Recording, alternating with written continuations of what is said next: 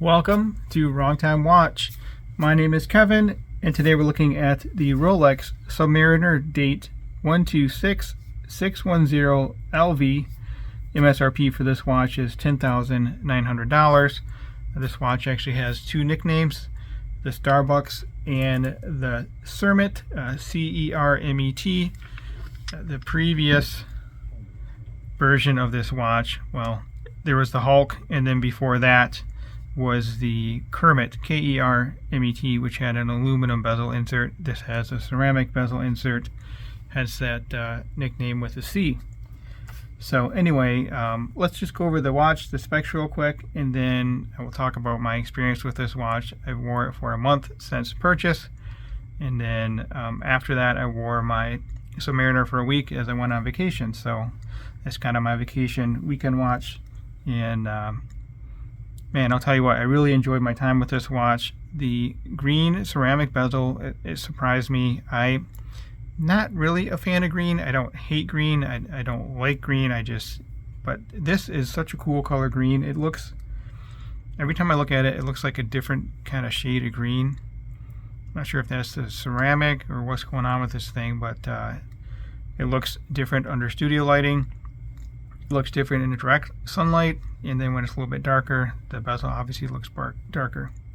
So also this has the Cyclops date with the date. Very cool watch. I just found myself staring at it, looking down at my wrist. I have two other Rolex watches. I'll show them to you. I have them here on the side. They're just black, black bezel, black dial. I wanted something with some color. Ideally, I want the GMT Master 2, the Batman, or actually the Batgirl. I want the Jubilee bracelet, but those are still hard to get. So anyway, enjoying my time with this watch here. The crown is pretty much perfectly upside down.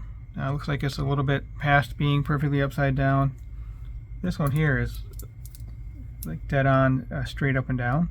So the Rolex doesn't really plan where the crown is going to face. And then here's the one on my Explorer. Yeah, I'm already going off topic here. I believe with the precious metal ones, they time it, or they rotate it so that it faces up. But anyway, back into the review here. We have a unidirectional 120 click bezel. Very nice bezel action. It's the best in the business. The best I've felt. This is actually, yeah, the most expensive watch that I've handled with a bezel, rotating bezel.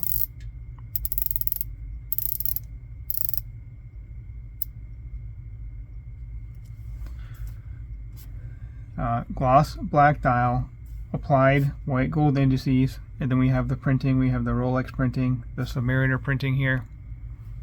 The watch is rated to 300 meters of water resistance. Not that I'm ever going to dive with this watch. It says Swiss made down here at 6 o'clock. Somewhere on this crystal is a laser engraved crown. I'm not going to be able to show that to you here, but you can search up images of that if you want to. And then the rehaut is engraved with Rolex. I really don't care for that, but that's how they come nowadays. Polished on the sides, brushed on the top. I'm almost afraid to look at this under lighting. I wore this, like I said, for a month straight, so I'm sure it has some, yeah, it looks like it's a little scratch there. So that's just what happens with Rolex. The 904L steel scratches a little easier than 316L stainless steel. You can always get it polished back out if you want. Here's my 124060 Submariner. I don't abuse them. I typically always have long sleeve shirts on, but they just gather wear. So anyway, back to the Starbucks. So we have lume at 11 of the 12 indices. There's not an index. Sorry, here at 3 o'clock we have the Cyclops date, and of course the hour, minute, and second hand have lume, and then we have the lume pip at 12 o'clock, or the 60-minute position actually. Side screw down crown, 300 meters, water resistant, solid end links, solid links, held in place with screw pins. Yeah, Yeah, no, I was kind of wondering about what I was going to see under the kind of more magnified look here. Anyway, screw pins, and then we have the glide lock clasp with the safety clasp here. This is all milled. Very, very comfortable watch to wear on wrist.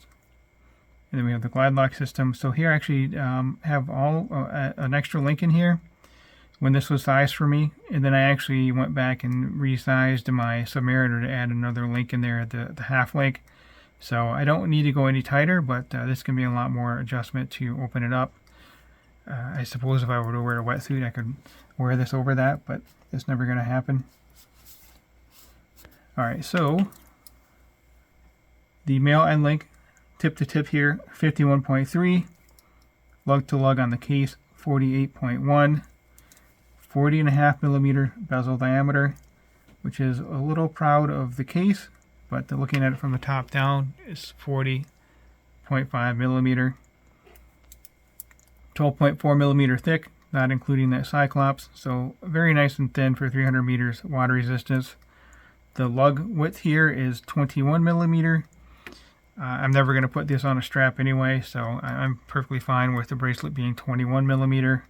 Tapers down nicely to 16.5. 6.9 millimeter signed screw down crown, and this watch weighs in at 152 grams. My Submariner, last time I weighed it, was I think like 146, but that was without this extra link, so I'll have to reweigh this one of these days. So anyway, let me get this on wrist. It's an awesome watch. It's terribly expensive, as all Rolex are. So, you know, people ask me, and I always think about it too, is it worth the money?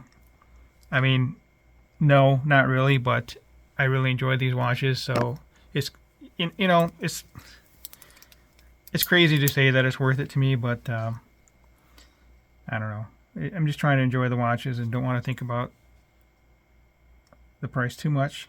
But man, these things are like chips. You can't just have one. And I'm already kind of thinking about what the next one might be, but not thinking about it too much. And I think I'll wear this one on the weekends. I don't know. I'm trying to figure that out with my collection here. I didn't mean for this to be a Rolex collection review video or anything like that, but like I said, I had this on for a month, went on vacation, switched out for this one, and then when I returned from vacation, I actually have been wearing this one. So just amazing wearing watches on wrist. 21 millimeter lug width on this one too. Yeah, you can see I've got some, I'm not going to say battle scars, but I got some wear marks on these things. I do wear my watches.